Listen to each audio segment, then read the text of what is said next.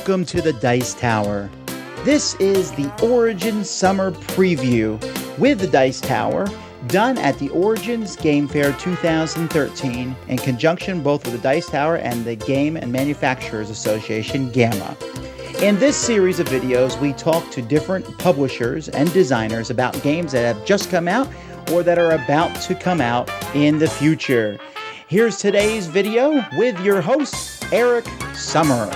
The Dice Tower's coverage of Origins 2013 continues. I'm here with Randall from Catalyst Games, and we're looking at The Duke.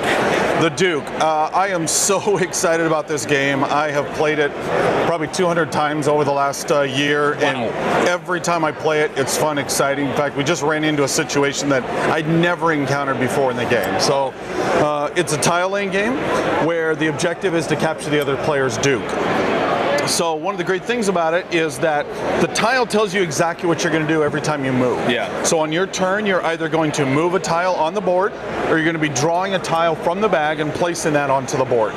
When you place it onto the board, you have to place it fully adjacent to your Duke with its starting icon up, so that if you have no spot open on your turn, then you can't draw from the bag. You have to first move the tile.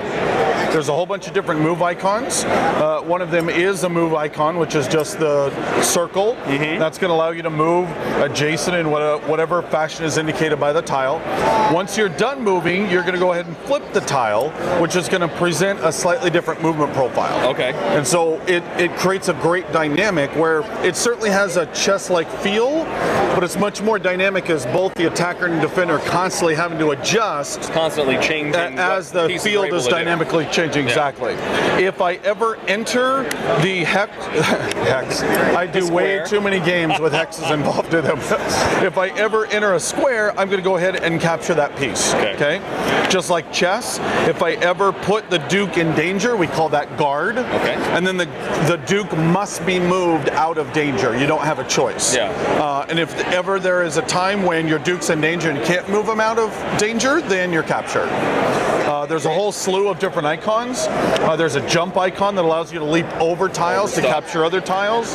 There's the star, which is the strike icon, which allows you to strike from afar, capture a tile, and you don't move the tile, but you will still go ahead and flip the tile because you've used that icon. A distance attack. A distance attack. And then one of the last ones, which is subtle but really dangerous if you're not paying attention, is the command icon, which is if you have any friendly tiles in a square indicated by a command icon, you can move it to any other square, including over to capture somebody. Then once again, you're not flipping the tile you moved, you're going to flip the tile that used that ability. Excellent. There is 20 plus tiles in both bags, so it's tons and tons of replay play. The game also comes with additional scenarios like mountains, capture the flags. Okay. There's a really cool, that just looks really great, gold dragon that's kind of like a force of nature that moves. We even threw in some blank tiles with some sticker sheets so people can play around with their own tiles. With the different attacks. So if somebody wanted to try out the Duke, what can they do? If you go up to catalystgamelabs.com and click on our tabletop button, you're going to find the Duke page, and you have a free print and play that's literally the entire rules of the game with little tokens and a sheet.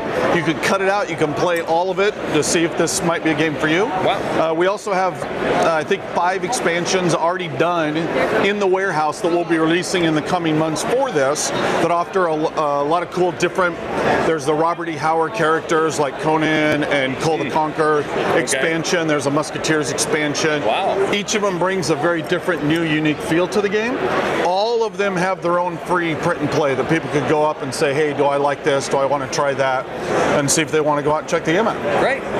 Let's move on to Balance of Power. Sure. So let's move on to Balance of Power.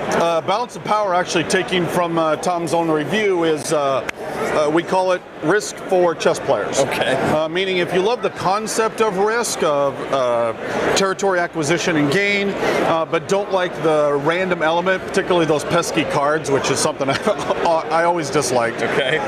All of that's been removed. It is a pure strategy game of utterly no random tactics, but at the same time, there's a really heavy dollop of diplomacy in that you can table talk, try to manipulate the other players into doing things that they blatantly know they shouldn't. The way the game works is that you have 3 different types of pawns. You have a king pawn, a banker pawn, and a general pawn. And in your turn, regardless of how many, say, banker pawns you have, you're only going to be able to take 1 banker action. So you'll take 1 banker action, 1 king action, 1 general action. And then within those, you get to choose each turn, am I going to move a tile? Am I going to... or a pawn. Am I going to duplicate or am I going to attack? Okay. And the mechanic is a very simple rock, paper, scissors mechanic, meaning the king pawn is the only one that can remove the banker. Gotcha. The banker pawn's the only one that can remove the general, and the general is the only one that can remove the king. If you ever have empire, which means that you have the sole control of each of the territories within your empire, then you get what's called achieving empire, and you get a bonus 4th action. And that's really important to have. Sure. Because that allows you to do an attack or a duplicate. Right. And then scoring is a scaling based upon the number of players that you have. And it's just 1 point for every territory, regardless of whether it's yours, a neutral, or an opponent's, if you're the sole controller of it. And then if you have each of one of the 3 pawns in just your capital territory, you get a bonus 3 points. Okay. And scoring is instantaneous. There's not, a lot of games you have, okay, we've reached the scoring mechanism, now everyone takes a turn. No, if somebody gets it, they have it. Okay. And so while there's a scoring track in the game, and some definitely like to play it that way, I actually love the fog of war, where I really got to pay attention. Is the guy next to me about ready to get it? So I have to attack, even though I'm not in a position, because I've got to be able to stop him. Great. Let's move on. Okay. So we're here now with Rob to talk about one of the Shadowrun games that is coming very soon. This is Shadowrun Crossfire. Indeed. Tell us about this game, sir. It is a cooperative deck building game in the Shadowrun universe. Yep. You get to pick a race and a role, mix and match as you choose. Okay. And you will work as a team to go through a mission. There's 3 different scenarios in the first product. Okay. So you take turns and complete missions. Yes. How do you complete a mission? Each role comes with a deck of cards. It is a deck building game. You'll start with 7 cards and you will play these, and you allocate your resources on obstacles. There are magical resources, leadership, combat, and hacking. Okay. At the end of your turn, if you have 3 or less cards, you'll draw 2 cards. Okay. And you can make purchases off of the black market, which might seem a little odd in the middle of a mission, but these guys are everywhere. You just go to the street. Great. You need a grenade launcher, you go get a grenade launcher. If you need one, you can get one. Okay? Damn. And you can help out yourself, you can help out your teammates. Yep, you can allocate your resources toward obstacles in front of your teammates or yourself. The significance of them being in front of you is that they will damage you. If you don't complete the mission, if you don't defeat them before the end of your turn, they will whack you. Right. But it's sort of a multi-part mission, so you can half complete it, you can make progress on it. Yes, there are damage tracks on the obstacles, and you can progress from left to right on those and partially defeat them. So each mission has a series of tasks that you need to complete, so you can partially complete them, or you can try and go for the whole thing.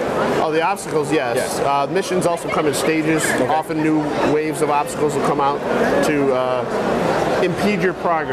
Gotcha. As the corporation gets notice that something's going on, they allocate their resources appropriately, and things get tougher usually as it goes on. Hopefully, if we did it right, it's a kind of a cliffhanger at the end on whether you're actually going to make it across the line or not. So, standard playing time when you're playing the basic scenario, how long does it usually take? About 20 minutes. About 20 minutes, and then the longer scenarios are also included. Yeah, I would say up to about 40. There's 3 scenarios in the starting box. The last one's rather challenging. You are intended to earn karma for succeeding in missions, and customize and leveling up your characters, which will give you additional abilities the next game you play. Oh, so you say you play the introductory scenario, the first scenario, and you will sort of continue with that same character in scenario 2. You decide which race you have an affinity toward. You can still mix and match your role, but you could select upgrades which will gravitate you toward a role. Great. It's pure cooperative. Hopefully you can get together with some friends and make some pretty killer combinations across the platform. And There are also options to ratchet up the difficulty level on the earlier missions so that they don't become stale. All right. You can say, hey, I'm going to start with double the number of obstacles in play. Okay. And you get 3 more XP if you win. There you go. So there you go. So this is obviously very early in the production. What do you expect? What do you expect for a timeline of availability? Design's done. They're just finishing all the layout and production. They expect it to be out for fall. They're hoping to get some shipped in for Gen Con, but that's going to be tough. A few early copies maybe for Gen Con. Hopefully, end of the year, holiday season? Oh, it should certainly be out by then. Great. Thank you very much, Rob. You're welcome. So the website, when people want to find out more about the game, where do they go? ShadowrunTabletop.com. Excellent. Thank you. You're welcome. Thanks so much for watching The Dice Tower and the Origins Summer Preview. We'll see you next time. I'm Tom Vassell, and you've been watching The Dice Tower.